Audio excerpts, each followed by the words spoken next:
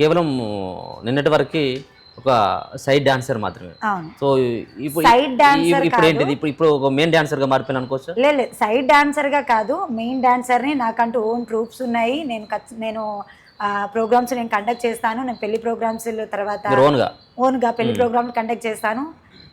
Sridevi Shri events అని చెప్పేసి నా ఈవెంట్ పేరు. నేను పెళ్లి ప్రోగ్రాంలు చేస్తాను, తర్వాత పొలిటికల్ ప్రోగ్రాంలు కూడా చేస్తాను, నవరాత్రులవి చేస్తాను, వినాయక చవితి ప్రతి ఒక్క ప్రోగ్రాం చేస్తాను. అక్కడ లీడ్ చేశాను, ఇక్కడ కూడా లీడ్ చేస్తున్నాను. ఇప్పుడు ఇక్కడ ఏంటంటే సోమనత్రు వచ్చాం కాబట్టి అన్నకు కూడా ప్రత్యేక మాకు ఇంత మంచి అవకాశం ఇచ్చిన ఇప్పుడు సోమన గారికి కూడా మనస్ఫూర్తిగా ధన్యవాదాలు తెలుపుకుంటాను. సో కుటుంబాన్ని వదిలేసి పర్ఫార్మెన్స్ మీది ఎక్కడో మహబూబ్నగర్ ఏదో చెప్పారు. సో మహబూబ్నగర్ నుంచి హైదరాబాద్కి లేకపోతే ఇంకో కాడు ఉన్నప్పుడు సో ఫ్యామిలీని దూరం అయిపోతున్నా అన్నటువంటి కొంత బాధ ఎప్పుడైనా అనిపించిందా పిల్లల్ని? చాలా చాలా బాధపడతానండి. ముఖ్యంగా చెప్పాలంటే నేను ఏ ఫెస్టివల్కి నా ఫ్యామిలీతో సెలబ్రేషన్ చేసుకుంది లేదు. అంటే గత 10 సంవత్సరాల నుంచి దసరా కానీ దీపావళి కానీ ఏదైనా సరే నా కోసం వాళ్ళు ఎదురు చూసి ఈరోజు చేయాల్సిన పండుగ నేను ఏ రోజైతే ఇంట్లో ఉంటానో ఆ రోజు సెలబ్రేషన్ చేసుకోవడం కూడా చాలాసార్లు జరిగింది. నా ఫ్యామిలీ వాళ్ళ త్రూ నేను ఇక్కడ వరకు నిలబడ్డాను. నేను ఇక్కడ వరకు ఇప్పుడు ఉన్నాను, చేశాను అంటే స్పెషల్గా మా అన్నయ్య శ్రీను గారికి, మా వదిన రోజా గారికి, అలాగే మా అక్క సుజాతకి, మా బావగారైన జాను గారికి నేను చాలా రుణపడి ఉంటాను. నా ప్లాట్ఫామ్ చూసుకున్నా, నా సపోర్ట్ చూసుకున్నా, నా బ్యాక్గ్రౌండ్ చూసుకున్నా, నా స్టామినా చూసుకున్నా వీళ్ళ నలుగురు త్రూ ఇక్కడికి వచ్చాను. చాలా ప్రాబ్లమ్ ఫేస్ చేసి, చాలా స్ట్రగుల్ ఫేస్ చేసి, పిల్లలను ఒక దగ్గర, నేను ఒక దగ్గర, మా సార్ ఒక దగ్గర, నలుగురం 4 దిక్కులు అయిపోయిన సమక్షంలో నా పిల్లలను చూసుకొని ఈవెన్ నన్నైనా సరే నేను వేసుకునే బట్టలు కానివ్వండి, నేను ఎలా ఉండాలి అనేది డిజైన్ చేసి నన్ను 10 మందికి పరిచయం చేసిన మా వదినకి నా మనస్ఫూర్తిగా, నా తల్లి లేదు, తల్లిదండ్రులు లేరు, తల్లిదండ్రుల ప్లేస్లో వాళ్ళు ఉండి నన్ను నడిపించిన వాళ్ళందరికీ నేను శిరస్సు వంచి నమస్కారం చేస్తున్నాను. ఎప్పుడైనా మీ పిల్లలు బాధపడ్డటువంటి సంఘటనలు అంటే పండుగలైనా ఫంక్షన్లైనా కానీ అందరేమో ఫ్యామిలీతో వస్తారు, మీరే ఎక్కడో ప్రోగ్రామ్ వెళ్ళి ఇదేంటి మనకు అవసరమా అని చెప్పేసి ఎప్పుడైనా విభేదించిందా? అవసరమా అని ఏ రోజు అనలేదు, కానీ బాగా ఏడుస్తారండి, బాగా ఏడుస్తారు. మేము చదువుకుంటాము, నువ్వు ఆపేసేయి, ఇంకా మా కనీసము వాళ్ళ హాస్టల్లో ఉంటారు ఇద్దరు, నువ్వు మాతో స్పెండ్ చేయి, మాతో ఉండు అని చాలాసార్లు వాళ్ళు బాధపడడం కూడా జరిగింది. మా వాళ్ళకి నేను చాలా మిస్ అవుతాను. ప్రతి ఒక్క పండగకి నేను ఎప్పుడూ వాళ్ళతో స్పెండ్ చేయలేదు. ఖచ్చితంగా దేవుడి దయ వల్ల నేను మంచిగా ఉంటే నా పిల్లలతో నేను స్పెండ్ చేస్తాను. ఈవెన్ నాకు ఇంత పెద్ద సక్సెస్ వచ్చింది, నా కూతురు ఒక దగ్గర, మా సార్ ఒక దగ్గర, నేను ఒక దగ్గర, మా బాబు ఒక దగ్గర, అట్లీస్ట్ సెలబ్రేషన్ చేసుకోవడానికి కూడా నాకు అవకాశం లేదు. సో నెక్స్ట్ ఖచ్చితంగా వాళ్ళతో కలిసి చేసుకోవాలి అని అనుకుంటున్నాను. కలిసారా ఇప్పుడు? అంటే ఇది జస్ట్ 2-3 డేస్లో కొంత ఎక్కువగా ఇది వైరల్ అయిపోయింది. సో అప్పటి నుంచి ఇప్పటి వరకు కలవలే మీ ఫ్యామిలీ, మీ సార్ని కానీ మీ పిల్లల్ని కానీ ఎవరు కూడా కలవలే? మీ వదిన గారిని, మీ అన్నయ్య గారిని? అంటే అన్న వదినని కలిశాను, అన్న వదినతో కలిశాను, మాట్లాడాను, కానీ పిల్లలతో ఇంకా కలవలేదు.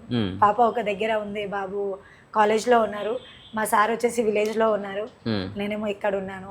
ఈ 3-4 డేస్ నుంచి ఫోన్లలో, తర్వాత వాళ్ళని వీళ్ళని కలవడము, వాళ్ళు వచ్చి నన్ను కలవడము, తర్వాత కొన్ని కాల్స్ రావడం, దీంట్లో బిజీ అయిపోయారు. వాళ్ళు హ్యాపీగా ఉన్నారా? మీ పిల్లలు, మీ ఆయన హ్యాపీగా ఉన్నారా? హ్యాపీగా ఉన్నారండి, వాళ్ళు చాలా సంతోషంగా ఉన్నారు. నువ్వు 13 ఏళ్ల నుంచి నువ్వు పడ్డ కష్టానికి నీకు గుర్తింపు వచ్చింది మమ్మీ అని ఫోన్ చేశారు, మాట్లాడారు, కానీ నేను పర్సనల్గా వెళ్ళి కలవలేకపోయాను. ఇన్ కేస్ నాకు మళ్ళీ అవకాశం వస్తే నేను నా ఫ్యామిలీతోనే నేను ఇంటర్వ్యూ ఇస్తాను, ఖచ్చితంగా నా పిల్లలని కూడా సంతోషపెడతాను. సో ఒక పార్టీకి సంబంధించినటువంటి పాటకి పర్ఫార్మెన్స్ చేసింది, సో అది గొప్పగా విజయవంతం అయిపోయింది.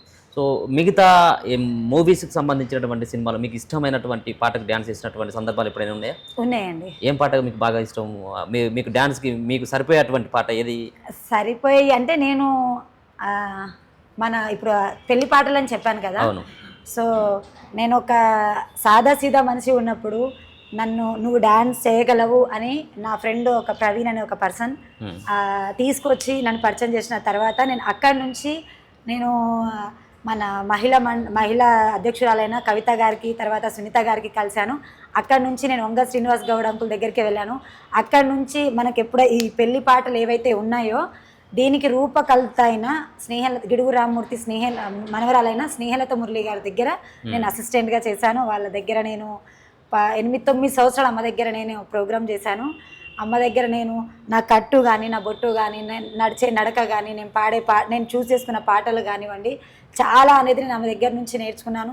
ఈరోజు తను ఈ లోకంలో లేకపోవచ్చు కానీ అమ్మ ఈ క్రెడిట్లో నీకు ఖచ్చితంగా నీ పాత్ర ఉంటుంది, నీ కూతురుగా నాకు బ్లెస్ ఇస్తుందని నేను కోరుకుంటున్నాను. సో మీరు డ్యాన్స్ చేస్తూ అబ్జర్వేషన్ చేసిన మీ ఫేస్లో ఎక్స్ప్రెషన్స్ అవంతా కూడా, సో ఒక రకమైనటువంటి ఆ స్మైల్ సో కేవలం కెమెరా ఫోకస్ కోసమా లేకపోతే ఉన్నట్టు ఏదంటే నిజంగా మీకు ఆ సంతోషం అనిపించి అట్లా ఎక్స్ప్రెషన్స్ ఇచ్చారు? అసలు ఆ వీడియో క్యాప్చర్ చేస్తున్న విషయం కూడా మాకు తెలీదు. అసలు అక్కడ వీడియో ఇలా అవుతుంది, ఇలా వీడియో తీస్తున్నారు అనేది మేము చూడలేదు.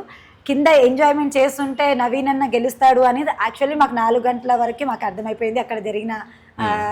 ఎక్కడ ఆ ప్లేస్ ఎక్కడ మీరు కరెక్ట్గా మీరు డ్యాన్స్ చేసినటువంటి ఆ ప్లేస్? జూబ్లీస్ కాన్స్టిట్యూన్సీ ఏ డివిజన్ లో? యూసుఫ్ కూడా చెక్ పోస్ట్ మెట్రో స్టేషన్ ఉంది కదండి, దానికి కొంచెం పక్కన ఓపెన్ ప్లేస్ ఉంది కదా, సో అక్కడ చేయడం జరిగింది. అంటే ఎగ్జాక్ట్లీ నవీన్ అనే వాళ్ళ ఇంటి దగ్గరలో, ఆఫీస్ దగ్గర అనుకుంటున్నాను, ఆఫీస్ దగ్గర కదా, వాళ్ళ ఇంటి దగ్గరలో చేసాము. అక్కడ ఉన్న క్రౌడ్ కానివ్వండి, అక్కడ ఉన్న నవీన్ అన్న మీద ఉన్న ప్రేమ ఆప్యాయతను చూసి ఆటోమేటిక్గా ఆ ఫీల్ తో అలా చేయాల్సి వచ్చింది. Thank you so much. So ఇది శ్రీదేవి గారి యొక్క ఆమె చేస్తున్నటువంటి వృత్తి దాదాపుగా 13 సంవత్సరాలు. సో 13 సంవత్సరాల్లో ఎప్పుడు కూడా అటువంటి పేరు అయితే రాలేదు.